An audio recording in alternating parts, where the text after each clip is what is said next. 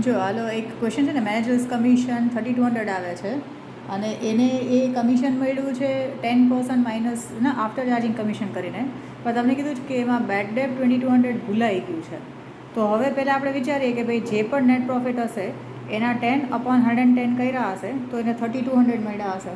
તો એનો મતલબ કે એ નેટ પ્રોફિટ કેટલો હશે, તો આ 3200 ઇન્ટુ 110 અપોનમાં 10 કરીએ તો તમને આવશે અમાઉન્ટ 35200.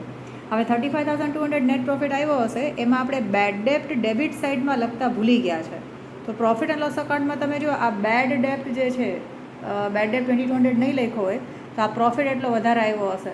તો હવે પ્રોફિટ એન્ડ લોસમાં આપણે ઇમેજિન કરીએ ને, જ્યાં મિસ્ટેક છે ત્યાંથી ચાલુ કરીએ તો 35,200 આપણે નેટ પ્રોફિટ આવ્યો, પછી બેડ ડેપ્ટ આપણે નહોતું લખ્યું હોય હવે લખીએ તો બેડ ડેપ્ટ 2200 લખીએ તો તમારો આન્સર આવે 33,000.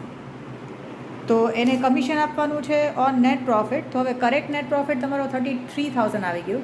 તો commission after charging search commission કરીએ તો હવે 33,000 ઇન્ટુ 10/110 કરીએ તો રાઈટ આન્સર આવે છે 3,000.